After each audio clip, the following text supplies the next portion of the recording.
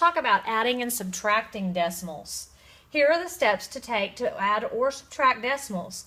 First of all, you line up the decimals, and you may need to add zeros. Always make an estimate before you work a problem so that when you finish the problem, you can look back and see if your answer is reasonable. Add or subtract like normal, and then you bring the decimal straight down into your answer. And the final step should be to compare your estimate and to see if your answer is reasonable.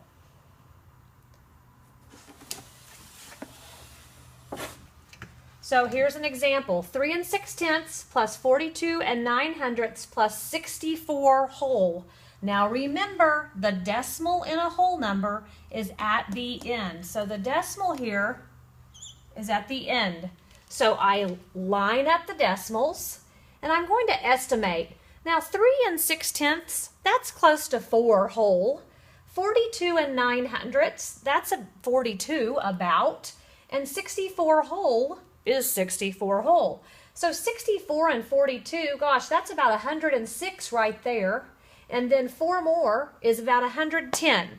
So I make my estimate, and I say it's about 110, and then I work the problem. I've lined up the decimals, I've added zeros where necessary, and then I add. And I get then I make sure to bring my decimal straight down into my answer.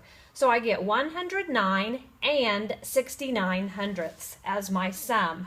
Now I check with my estimate. Is 109 and 69/100 close to 110? Absolutely. It's really close. So I did a really good job. I can be fairly confident that my answer is correct. To subtract decimals, you do the same thing except for you subtract.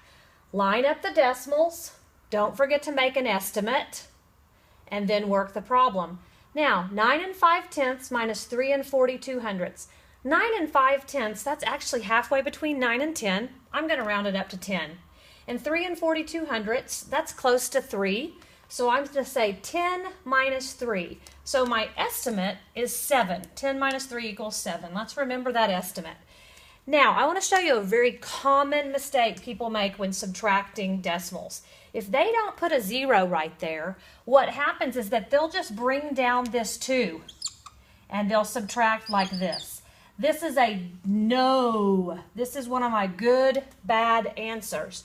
You have to put the 0 there and then borrow. So notice when I place the 0, I can't take 2 from 0, so I have to borrow from the 5.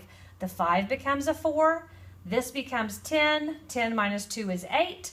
4 minus 4 is 0. And 9 minus 3 is 6. And I bring my decimal straight down. My answer is 6 8/100. Is that close to 7? Yes, fairly close. If I had rounded this down to 9 and I had done 9 minus 3, I would have had 6 for my answer. So my estimate's accurate because this number is between 6 and 7. You have to enter zeros when you are subtracting. It's a must. Let's look at some other examples. Again, I have another subtraction problem, and I've lined it up. Before I do any of it, I'm going to make an estimate. 5 2/100, that's about 5. 1 86/100, that's almost 2 whole. And 5 minus 2 is 3. So my estimate is 3. We'll come back to that.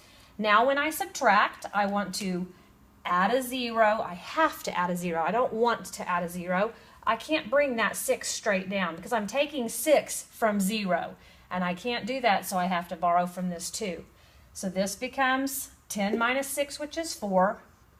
1 minus 8, I can't do that, so I have to borrow again. 1 from 5 is 4. And then I have 11 minus 8, that equals 3. And 4 minus 1, that equals 3. And then I bring my decimal straight down into my answer. And so my final answer is 3 34/100, which is pretty close to my estimate of 3 whole. Again, estimation is so important when you do math. Another problem, 6 279 minus 1 8/10. This time you're not going to have to borrow, or at least you're not going to have to put zeros up top. I shouldn't say that you're not going to have to borrow because that's not really true. But I can put my zeros here. Before I work this though, let's make my estimate. 6 and 279 thousandths is about 6. 1 and 8/10, that's about 2.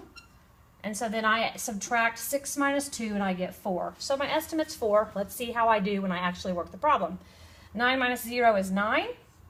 7 minus 0 is 7. Cannot take 8 from 2, so I have to borrow from the 6. And then I have 12 minus 8, is 4.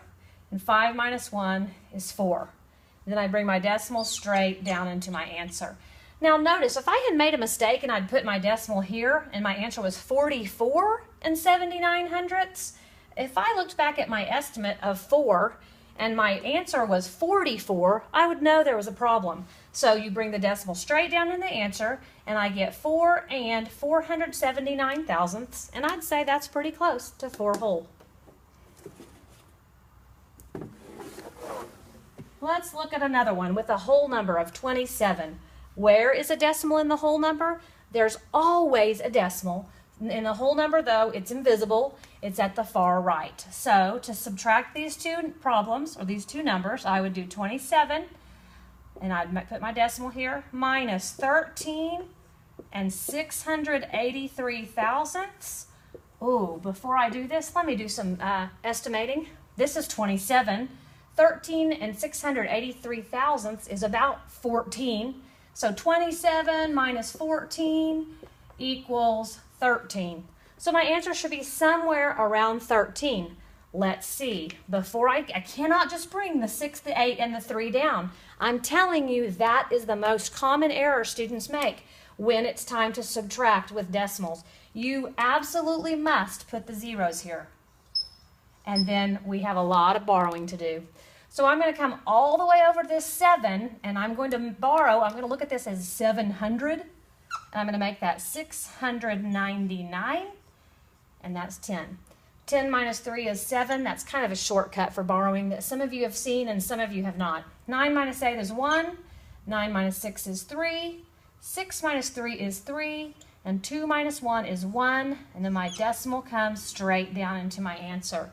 Before I consider myself finished, I check with my estimate to see if my answer is reasonable. 13 and 317 thousandths is close to 13, so I should be fairly comfortable that my answer is correct.